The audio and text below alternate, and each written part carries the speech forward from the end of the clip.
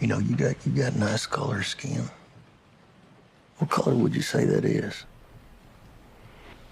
My color. The Osage. They have the worst land possible. But they outsmarted everybody. The land had oil on it. Black gold. Money flows freely here now. I do love that money, sir.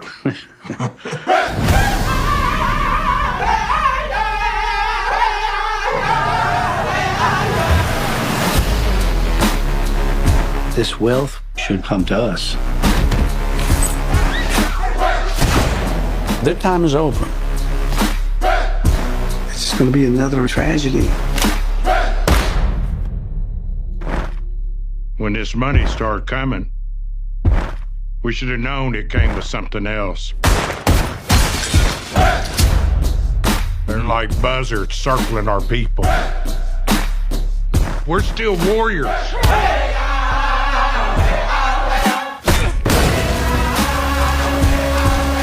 I ought to kill these white men who killed my family. I need you here. I am right here. You've got to take back control of your home. I was sent down from Washington, D.C. to see about these murders. See, what about him? See who's doing it.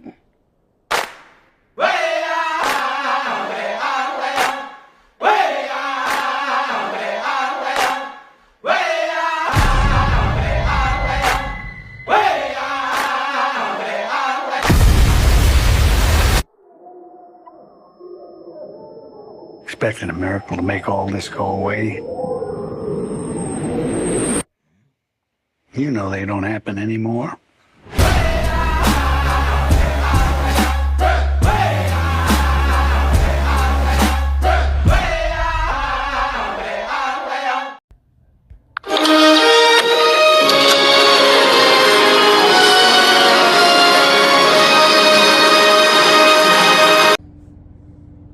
Shalom, shalom, shalom. Yasha Allah. Priest Sabak. Rob Judah of the camera. Right, okay. H.O.I. Los Angeles. H.O.I. to the chariots fly. H.O.I. worldwide throughout the four corners of the earth. All praises to Yahweh by Shem Mashiach Yahushai. So we back at it again. Coming to y'all with another movie review. You know, West Coast style, just like we do on the East Coast, you know, team up with Nala. Now I'm teaming up with my brother Rob Judah. And tonight we're gonna preview Killers of the Flower Moon, right? With Leonardo DiCaprio and Robert De Niro. All right, it was those two were the main actors and characters, the two main devils that the Bible speaks of in this movie. So spoiler alert, you know, the movie just came out on October 20th. It's only been in the theaters 3-4 days now. It's October 24th. So if you haven't seen it, check out the movie first and then come back and watch the preview. We're only going to hit a few key points, some of the major key points, of course. And it's a very long movie, 3 hours and 26 minutes. You know, make sure you have your energy up because you got to catch every part. It's a very, very extensive and deep story. And this is the story of the Osage Nation, circa about maybe 1918 to about 1931. But the murders and the killings of the Osage people mainly took place during the 1920s. All right, so basically, the story is Esau being the devil that the Bible speaks of, killing off Gad, and when you check it out, even in the title of the movie, Killers of the Flower Moon, is really going into, when you look into it, is really going into killers of the land and the people. The reason why I say that is because this area was so-called Native American land in Oklahoma, right? And they called it the Flower Moon because a certain portion of flowers that used to grow on the land. Right, so when you really check it out, even in the title, is Esau is letting you know is killers of the land and the people. And the reason why I say that is because Revelations 11:18 tells you the Most High is going to destroy those that destroy the earth. Because when Esau came, he raped, robbed, and murdered, and stole this land from the so-called Native Americans. When they first inherited America, what did they do? Not only did they destroy the people, they destroyed the land. Right? America's polluted land now, where the tribe of Gad more so was in tune with nature, and the land was more natural. Now it's more chemical, it's industrialized, and it represents the killing of the land and the people. So when the so-called white man came to America and raped, robbed, and murdered and stole this land from the so-called Native American, the tribe of Gad, and the nation of Israel, not only did they kill the people, but they also killed the land. So even within the title, when you check out that part of the movie when they talk about the flower, Esau is really talking about killing the so-called Native Americans and destroying the land, which they have done, right? The land is not, and everything is polluted, right? Because Esau is so greedy, everything is the toxins, the water's polluted, the air, everything. So it's not only the destroying and the killing of the tribe of Gad, it's also the destruction of the land, right? So again, is a story of the Osage nation. And basically, they struck oil. They struck oil on their land. And of course, once oil was struck, the government, Congress, everybody had to come in and regulate, you know. That's just how Esau does. But being that it was their land and they discovered the oil, they were entitled to millions upon millions of dollars of annual royalties and profit and monies that came from this oil off this land. So there's an opening scene before I really get into everything. I'm gonna start from the beginning and get back into the story a little bit later. There's an opening scene right before they discover the oil, and they made a statement. I'm roughly paraphrasing, but they were having like a powwow gathering, and they were all sitting around, and they made a statement to the effect. I'm paraphrasing. They made a statement of to the effect of once we start to learn from white people, we learn their ways and we lose our ways. Right? They said that they said we don't know our ways anymore. We start to learn their ways. So one thing about this movie, y'all gotta understand, there was a lot of statements being made about the Gadites, knowing that they're the devil that the Bible speaks of. Knowing that Esau is the devil that the Bible speaks of. It reminds me of the movie Natural Born Killers. Remember when Mickey and Mallory in the movie Natural Born Killers, when they went to see the Native American man, he was talking about the snake and how the snake bit the woman and poisoned her and killed her. And when the woman asked the snake, "Why did you bite me?" the snake said, "Bitch, you knew I was a snake. Why did you trust me?" So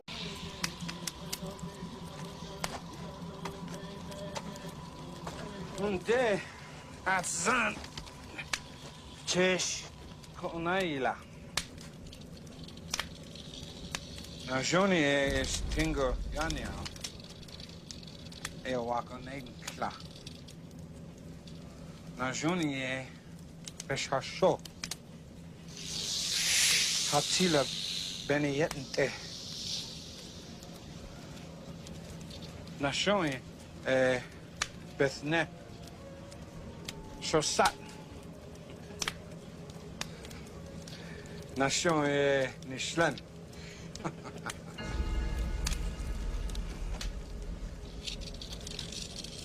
So it's the same thing in this movie. The dynamic in this movie is these Gadites, they knew that the so-called white man was the devil that the Bible speaks of, but they still was trusting them. And I'm gonna get back to that narrative a little bit more.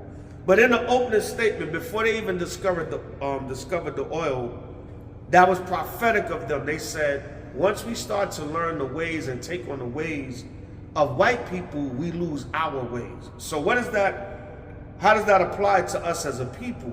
Jeremiah 6:16, the Most High said, seek the old path, ask for the old way, which is the right way, I'm roughly paraphrasing. Because once the so-called white man conquered us, like we're about to go into Hanukkah season, and when you read the Maccabees, and when you read the prophecy of Daniel concerning on the Feast of Dedication, Hanukkah, the Maccabees, you read about what? How Esau, the so-called white man, conquered us, and he stamped the residue of the people. Meaning what? He crushed and destroyed and forced his ways on us as a nation of people. Just like you watch the movie Roots, right? When they say your name is not Kunta Kinte no more, it's Toby.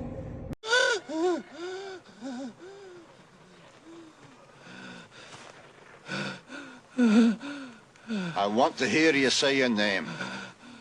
Your name is Toby. What's your name? Kunta.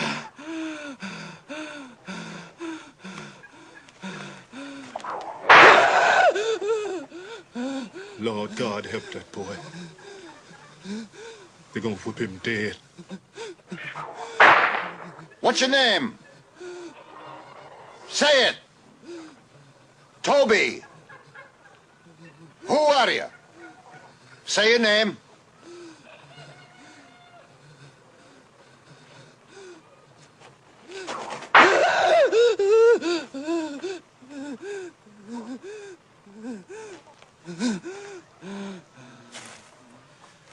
What's your name? Toby.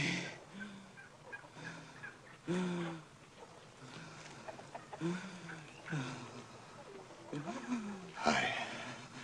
Say it again. Say it louder so they all can hear you. What's your name?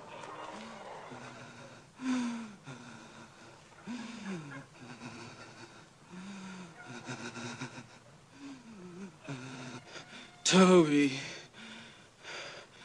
My name is Toby. Hi. That's a good nigger. Cut him down. Meaning you become more Americanized, even though we know we were Israelites sold off the west coast of Africa, you know, but they said, listen, you're going to become an Americanized Negro, and you're not going to have your culture anymore. So they brought that out in the beginning of the movie, how when we learn their ways, we lose ourselves. And that's the main problem with us as a nation on the earth today. But see, the tribe of Gad was very spiritual, and they would see these things. But it was also prophecy, Genesis 49, that Gad, a troop, would overcome them, or the United States Cavalry, but he would overcome at the last, because of course, the Most High going to raise up the 12 tribes of Israel at the end of the day and gather us back as a nation of people, the tribe of Gad included, right? So they show you in the movie that Esau, Martin Scorsese, which was the director, did Hollywood knows. And they was putting it with the Gad actors to say all these things about how they knew Esau was no good, right? So fast forward, Robert De Niro, his nephew, Leonardo DiCaprio plays his nephew, and his nephew comes out of the military and comes to live with him on the Osage land in Oklahoma. So, The cattle ranch. right, yeah, the cattle ranch, right. So when Leonardo DiCaprio comes to move with his uncle, I think Robert De Niro played the part of an Edomite by the name of William Hale, right? William K. Hale, you can look him up in history.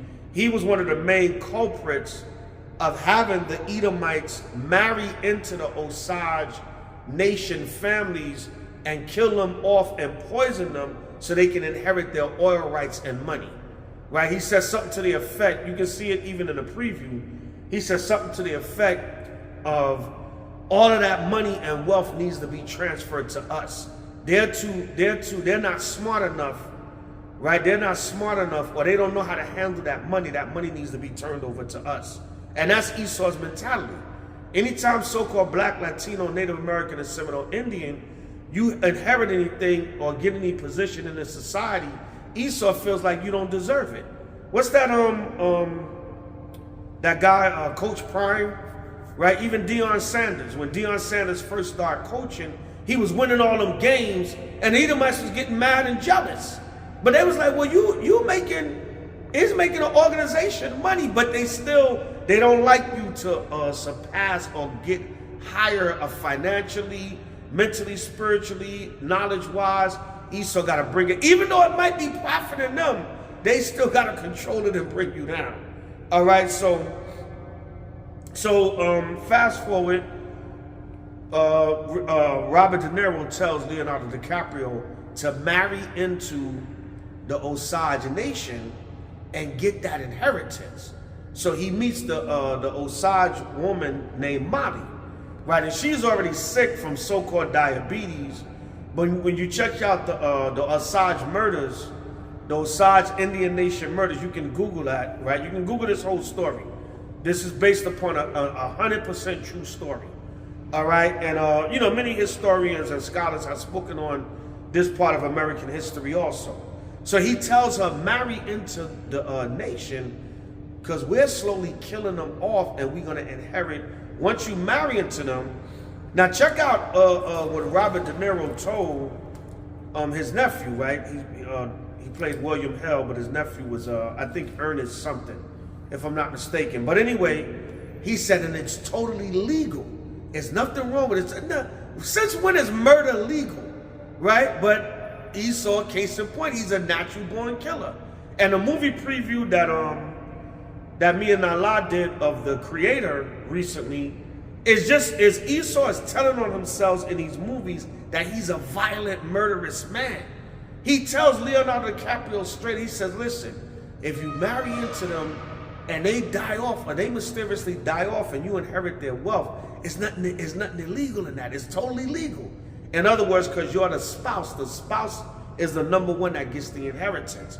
Also, when you check it out, the U.S. Congress was changing different laws during this time to manipulate to where the wealth would go from the so-called Native American Osage Nation to Edomites and others that married into them and mixed in amongst them, because they were purposely having children with them and everything.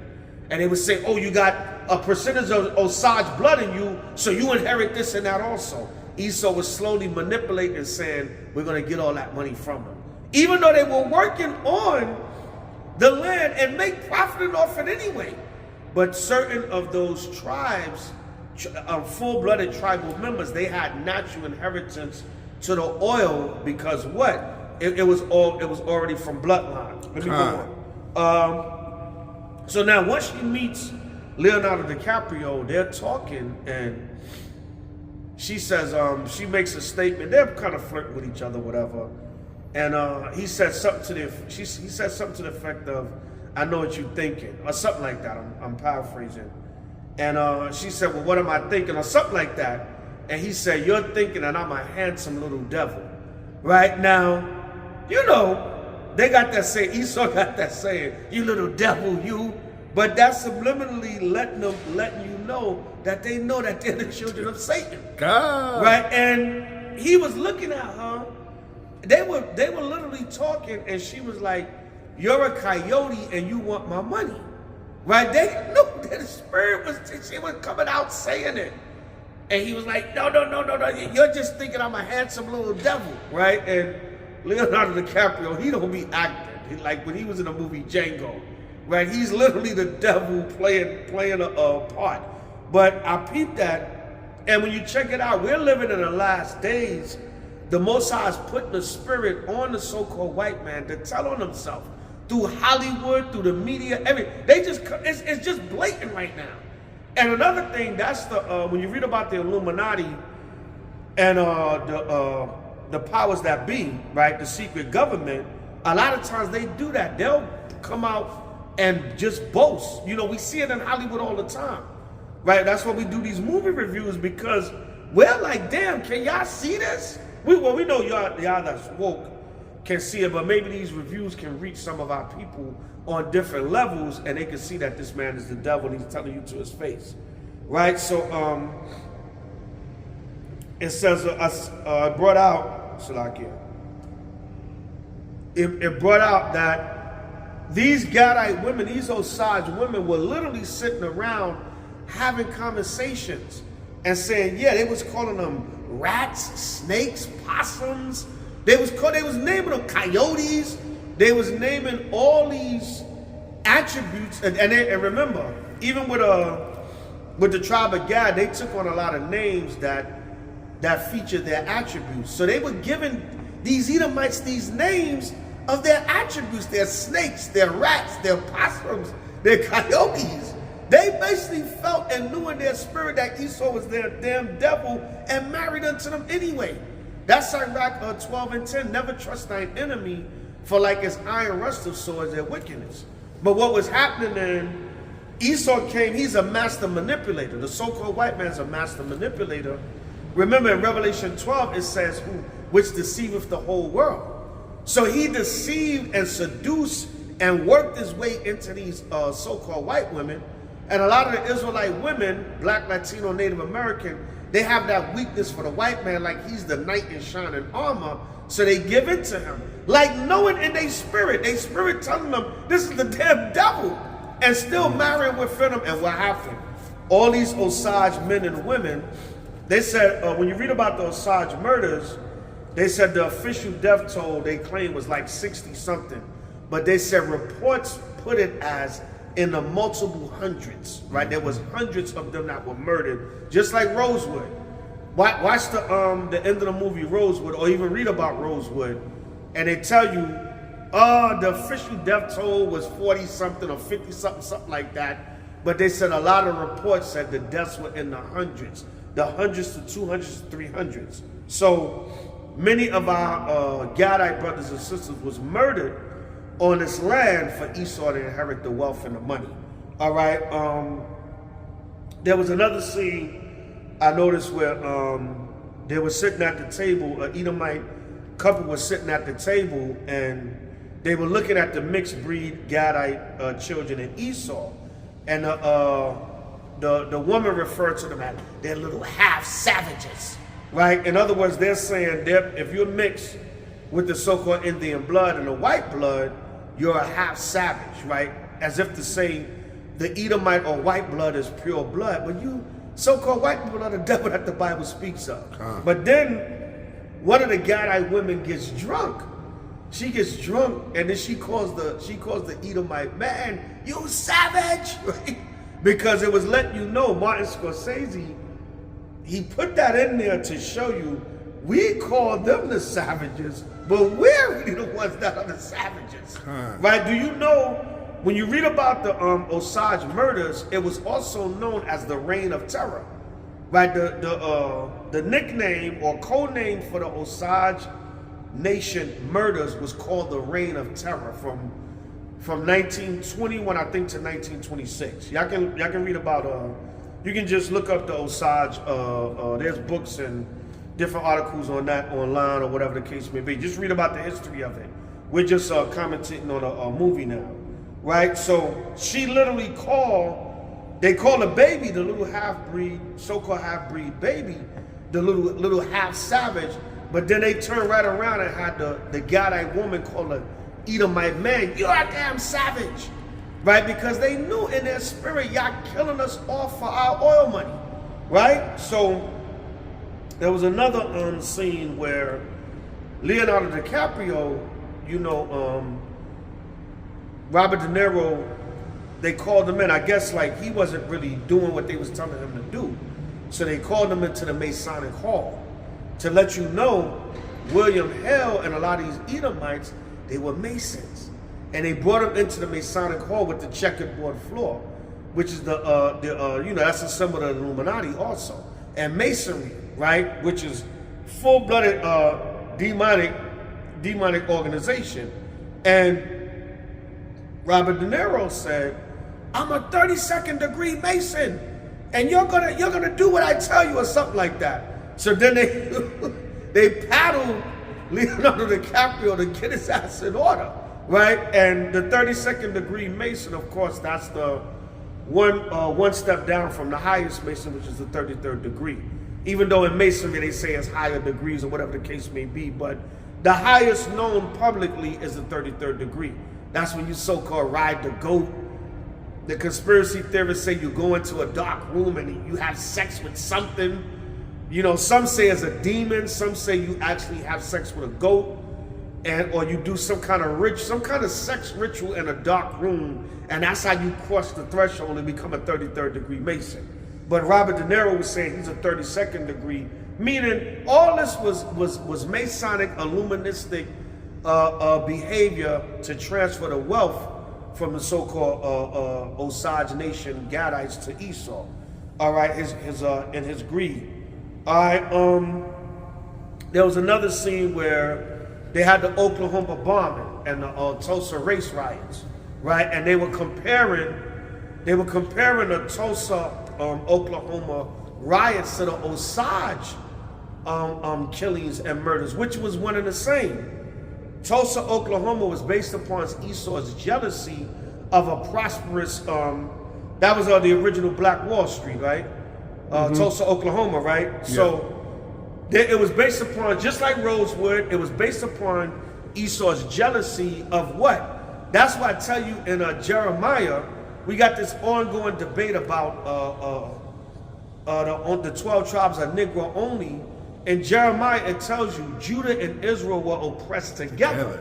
So while they were being bombed, and the bombing and the riots was going on in Tulsa, they were being murdered. The Osage Nation was being murdered. So it's Gad and Judah being murdered for having prosperous land and property and businesses and money coming in by racist, jealous, envious Edomites. You know what I'm saying?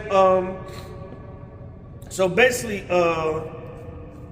now fast forward, there's a lot of this movie, man, is 3 hours and 26 minutes. Is a lot, man. We can do a 6-hour commentary, right? But I'm just hitting the key points.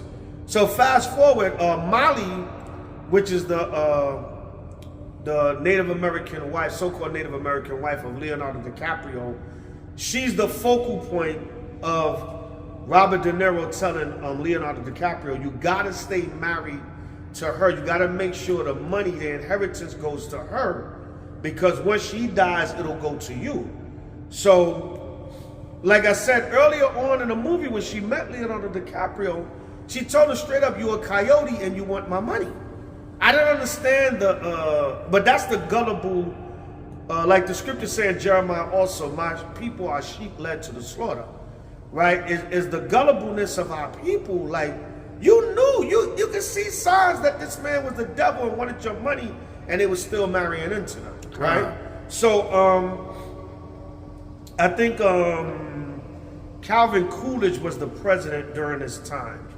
I don't think the movie said the exact year, but Molly, she was getting sick and dying from so-called diabetes, which a lot of even the sicknesses of the Osage people, it came out they were actually poisonings. And what happened is they would poison them, and then they would diagnose them with whatever disease, so they could just, it seemed like they're just dying off of that disease when they were actually poisoned, because the doctors were in cahoots with it all. Also, all the Edomites, a lot of the Edomites on the Osage reservation and land where the oil was, because of course once they struck oil, they built it into a whole town. You know, you got to come, because that's multi-millions of dollars. Back then is billions of dollars compared to today. So they built the whole town around this reservation because of the oil. So everybody the Edomites were in on it. And the ones that weren't in on it, they just looked the other way. So the doctors were in on it also. So they might have poisoned them, and they was dying from the poison, but they would say that they had diabetes or some other disease. Because a lot of times when they were just blatantly straight up murdering them and killing them, they were like, damn, you know, that's going to be too obvious. So that's why they said the death toll had to be much higher, because a lot of the deaths were not considered homicides. They wasn't ruled as homicides. They were ruled as suicides or just dying from diseases. Hold on, I'm almost done. All right, it says, so Molly went to Washington, D.C., right? She takes a ride out to Washington, D.C., and she goes up to President Calvin Coolidge and says, listen, you have to send help. They're murdering and killing the Osage people off for our oil money. Please send help. And of course, you know, Calvin Coolidge said, okay, da-da-da-da-da. So finally they end up sending the Bureau of Investigation, which the Bureau of Investigation was the precursor to the Federal Bureau of Investigation. It was the FBI of that time. It just wasn't federal. It was without the Before Hoover. Right, it was before Hoover. It was basically like the Bureau of Investigation without the federal, but it was still for the nation. So she said, please send help, they're killing us. It reminds me of Hurricane Katrina when the blacks were, it's funny, but it's not funny. They were jumping on camera saying, George Bush, please send help, please send help, please send help. We're drowning, we're dying down here. And damn NBC News and CNN was filming that, but it was no damn help coming, you know what I'm saying? You down there filming the people begging for help, but where's the help? You got a camera in their face, get them out of that damn water, get them some food, get them out of that convention center. So she said, please send help. So they do eventually send someone to investigate. So as they start gaining evidence that, wait a minute, they are. You know, this Edomite William Hell, this 32nd degree Mason, he had a plot and a scheme and was ordering these Edomites to marry into the Osage women, and also because they were killing off the men too. They were killing off anybody that was inheritors, any of the Gadites that were inheritors of any kind of royalties from this oil. They were bumping them off and somehow transferring the money to themselves, right? So as they start getting closer in the investigation, right, and we always bring this out even in camps and stuff, as they start getting to the closer to the investigation, De Niro, William Hell, he says, you know, these strange deaths, I don't know. They said, well, what do you think it is? He said, it's probably the Negroes. So he's, through all that, what did they do? They blamed Judah. And they rarely had any Judite black actors in the movie. I think in the beginning scenes, they had like some of the train workers and conductors, you know what I'm saying, on the train, stuff like that. But you really didn't even see no Negroes except for when they showed the scenes of the Tulsa riots, right? But he said, man, I bet it's probably them Negroes. It's probably them Negroes that's doing it. So again, when the smoke cleared, Esau blames everything on Jake, man. Everything on Jake. When the smoke cleared, I mean, Esau, he's going to blame Jacob. And when you check it out, that's how it's going to go in these last days.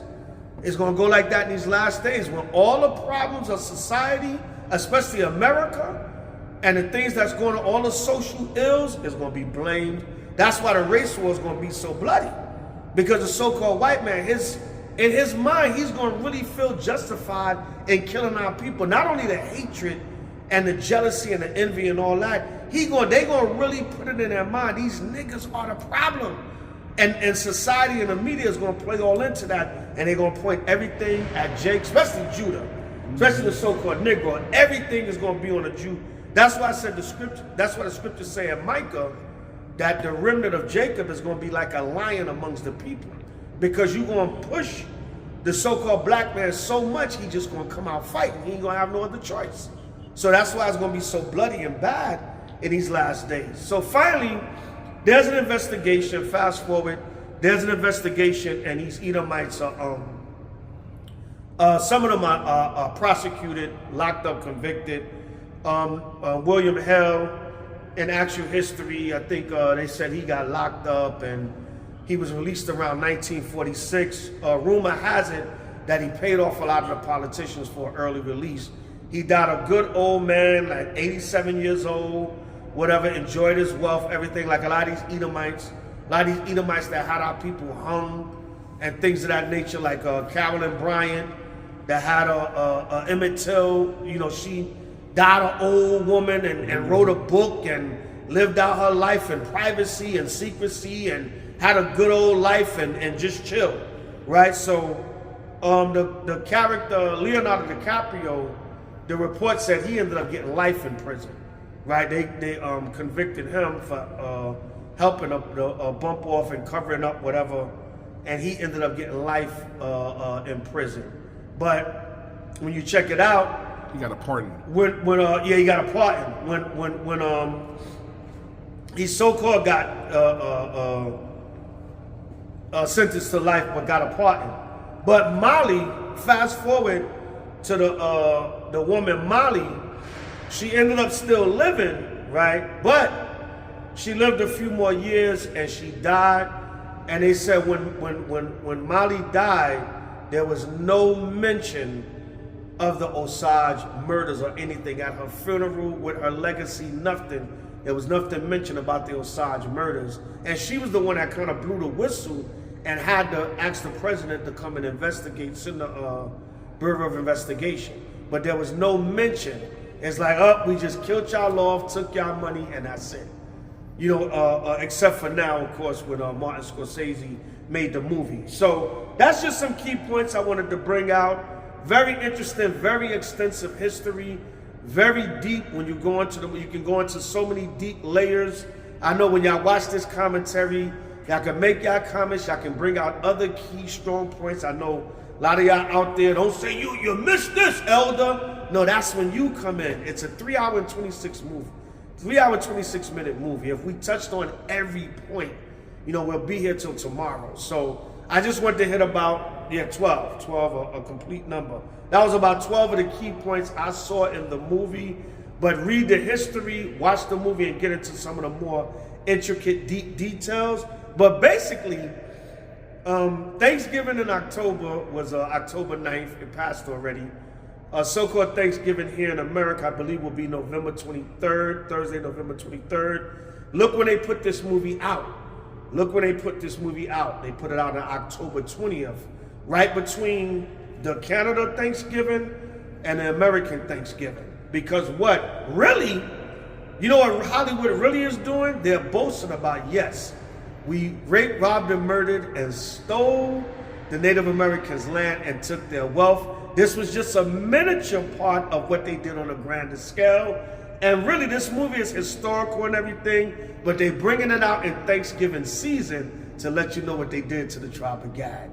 By Shema Mashiach. Right, so that's my commentary. Rob Judah, you want to come in and make a few key points?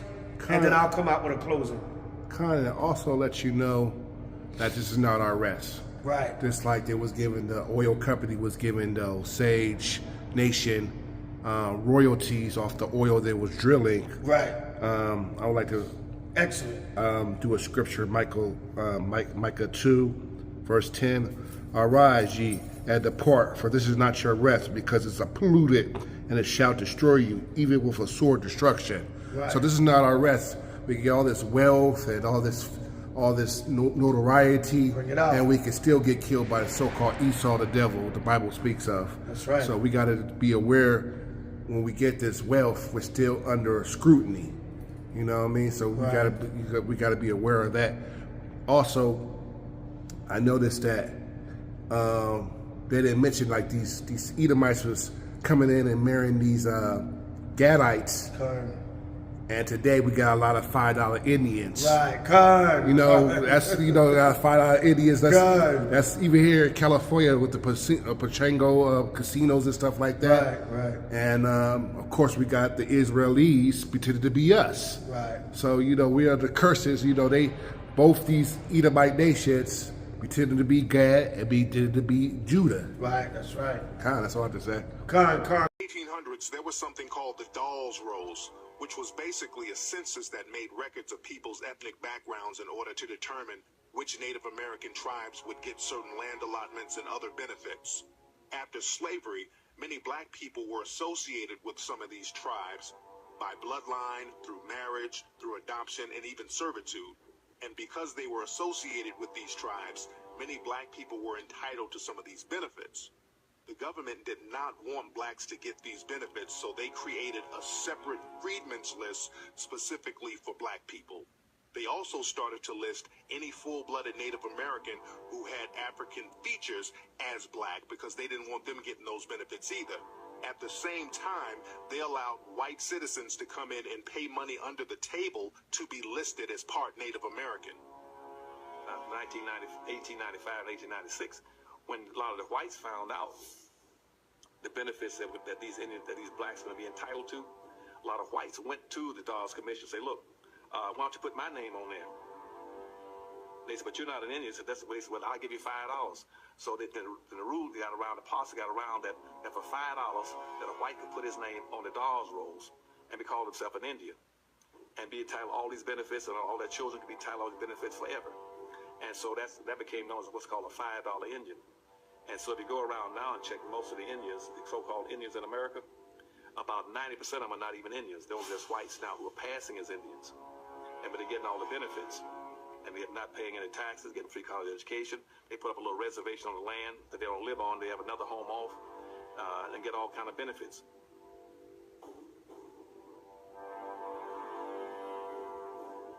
Iron Eyes Cody was another famous Native American person. He was in the media for years.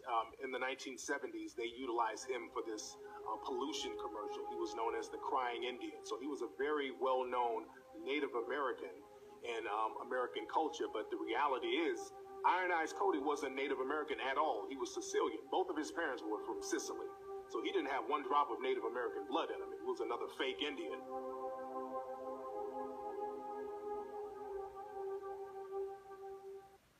And that it's funny you say that with the $5 Indians, because even with the casinos, right? And so like a good scripture. Okay. Even with the casinos, I did an extensive.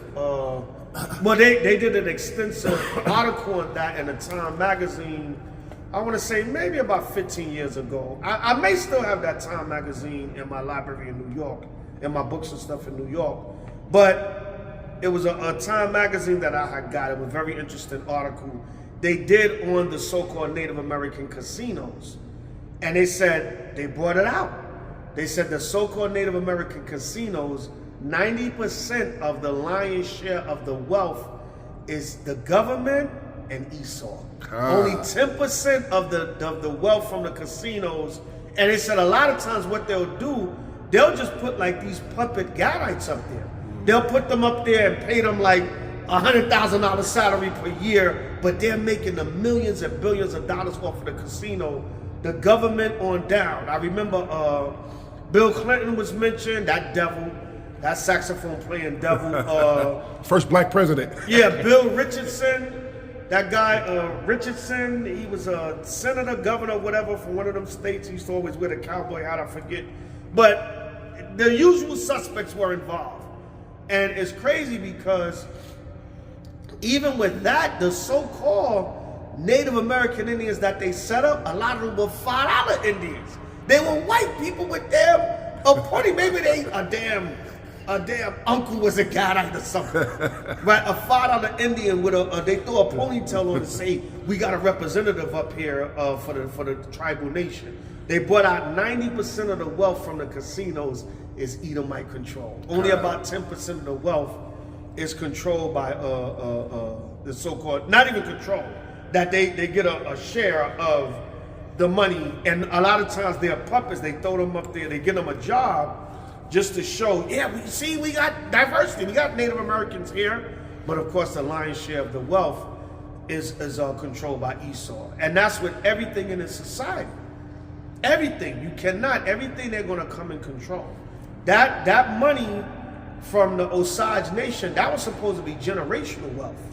With discovering oil, them Gadites were supposed to be able to change the dynamic for the entire Gadite so-called Native American nation. But Esau said, nah, we're not going to have that. And slowly but surely, they siphoned the wealth away. And now Gad is on the reservation dying from damn alcohol poisoning. In the beginning of the movie, when the uncle gave him the book to read, he was reading all the tribes, and Osage was a part of the civilized tribes. Right. They said that it wasn't part of the civilized tribes. So-called the 5 civilized tribes. Yeah.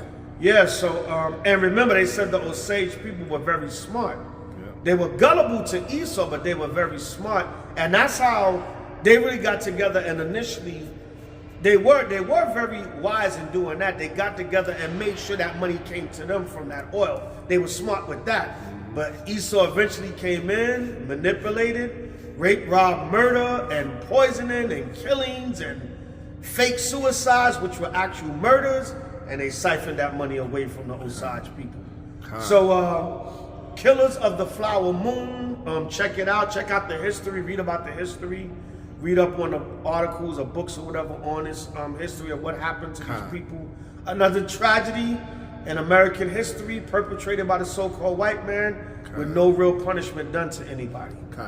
Also, we also forgot to mention that Robert De Niro was being buddies with one of the Indians and put a life insurance policy on that. Oh, they do that all the time. Yeah, and he was like, no, we don't need him to die right now because the insurance company, and of course the insurance company denied his claim. But that's what these big corporations do. Like, there was a conspiracy about the Walmart employees that Walmart put insurance claims on sick leave employees and cash in and won't give them. But so that's what the so-called Edomite do. They put insurance policies on you and try to cash them in. They brought out that they do that everywhere from the military to all industries. And being that you mentioned Walmart, they brought out that a lot of these corporations do. They secretly be having insurance policies on their employees. So you work for Esau and you think you're making a decent salary or whatever, but if your ass die, you get a couple of million off of you. Right? I think when they check it out, they said they insure U.S. soldiers. And a lot of the U.S. military is what? Blacks and Latinos. So if your ass die out there on a battlefield in damn Afghanistan somewhere, the government is getting money off you. You know what I'm saying? So that was good. He took the insurance policy out and said, no, I need him to live. Because if he died now, they're not going to pay. Right? And it was for $25,000, which was big money back then in the 1920s. So that's the same thing Esau does that now, man. There's a conspiracy that they're doing that with these rappers. Notice in these past years, all these rappers, a lot of them are unknown. Like I never even heard of them.